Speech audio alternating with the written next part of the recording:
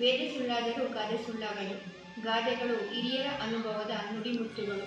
100 ಮಾತಿನಲ್ಲಿ ಹೇಳುವ ಪದಗಳನ್ನು 3 ಮಾತಿನಲ್ಲಿ ಹೇಳುವ ಶಕ್ತಿ ಗಾದೆಗೆ. ಗಾದೆಗಳು ಸಾಸಿವೆಯಷ್ಟಿದ್ದರೂ ಸಾಗರದಷ್ಟು ಅರ್ಥ ಕೊಡುತ್ತವೆ.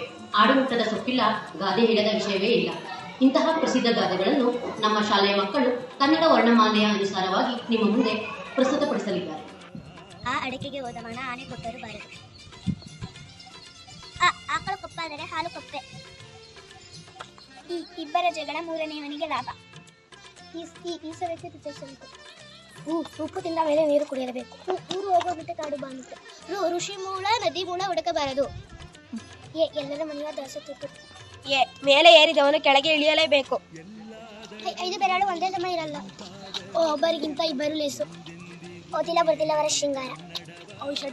ಔಷಧಿ ಎಲ್ಲ ಮೊದಲ. ಅಂಗೈ ಹುಣ್ಣೆಗೆ ಕನ್ನಡಿ ಬೇಕೆ. ಆಹಾ ನಮ್ಮ ಶಾಲೆ ಎಂತ ಚಂದ. ಕೋಣನ ಮುಂದೆ ಕಿನ್ನರಿ ಬಾರಿಸಿದಂತೆ. ಕಡಗಕ್ಕಿಂತ ಲೇಖನಿ ಅವಿತವಾದದ್ದು. ಗುಣ ನಂತರ ಗೆಳತನ ಮಾಡು.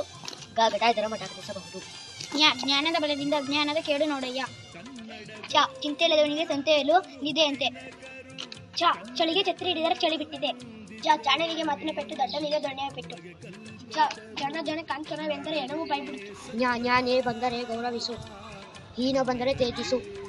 ಟಗರು ಕೊಬ್ಬಿದಂತೆಲ್ಲ ಕಟುಕನಿಗೆ ಲಾಭ. ಕಣ್ಣಿಂದ ಕಡೆಯೆಲ್ಲ ನಿಧೆ ಇರುವುದಿಲ್ಲ. ಡಂಗೂರ ಸಾರಿದ ಕಡೆಯಲ್ಲೆಲ್ಲ ಜಾತ್ರಾ ನಡೆಯುವುದಿಲ್ಲ. ಡವ ಡವ ಹೃದಯ ಬಡಿದುಕೊಳ್ಳುವವರೆಗೆ ನಮ್ಮ ಆಟ. ನನಕ್ಕೆ ಸಿಂಹ ಯಾವ ಲೆಕ್ಕ. ತಾಳಿದವನು ಬಾಳಿಯಾನು. ಥಳಥಳ ಹೊಳೆಯುವುದೆಲ್ಲ ಚಿನ್ನವಲ್ಲ. ದಯೆಯೇ ಧರ್ಮದ ಮೂಲ. ಧನಬಲಕ್ಕಿಂತ ಜನಬಲ ಮೇಲು. ನಾಳೆ ಎಂಬುದು ಮನೆ ಹಾಳು. ಪಾಲಿಗೆ ಬಂದದ್ದು ಪಂಚಾಮೃತ. ಫಲಬಲಿತ ತೊಟ್ಟು ಕಳಚಲೇಬೇಕು. ಬಡವನ ಕೋಪ ದವಡೆಗೆ ಮೂಲ. ಭದ್ರವಾದ ಕೋಟೆಯಲ್ಲಿ ಇಲ್ಲಿ ಬಿಲ ತೋಡುವುದನ್ನು ಬಿಟ್ಟಿದೆ. ಆಟದಲ್ಲಿ ಮೋನ ಬಂಗಾರ. ಯಾರ್ದೋ ದುಡ್ಡು ಯಲಮನ್ ಜಾತೆ. ರಾತ್ರಿ ಕಂಡ ಗಾಳಿಗೆ ಹಗಲು ಬಿದ್ದರಂತೆ. ಲಾಭವಿಲ್ಲದ ಶೆಟ್ಟಿ ವ್ಯಾಪಾರ ಮಾಡುವುದಿಲ್ಲ. ವಿನಾಶ ಕಾಲ ವಿಪರೀತ ಬುದ್ಧಿ. ಶಿವಪೂಜೆಯಲ್ಲಿ ಕರೆದು ಬಿಟ್ಟಂತೆ. ಉತ್ತಾನ ಪುರುಷ ಒಲೆಯ ಮುಂದೆ. ಸತ್ಯಕ್ಕೆ ಸಾವಿಲ್ಲ, ಸೊಳ್ಳಿಗೆ ಸುಖವಿಲ್ಲ. ಹಿರಿಯಕ್ಕನ ಚಾಳಿ ಮನೆ ಮಂದಿಗೆಲ್ಲ.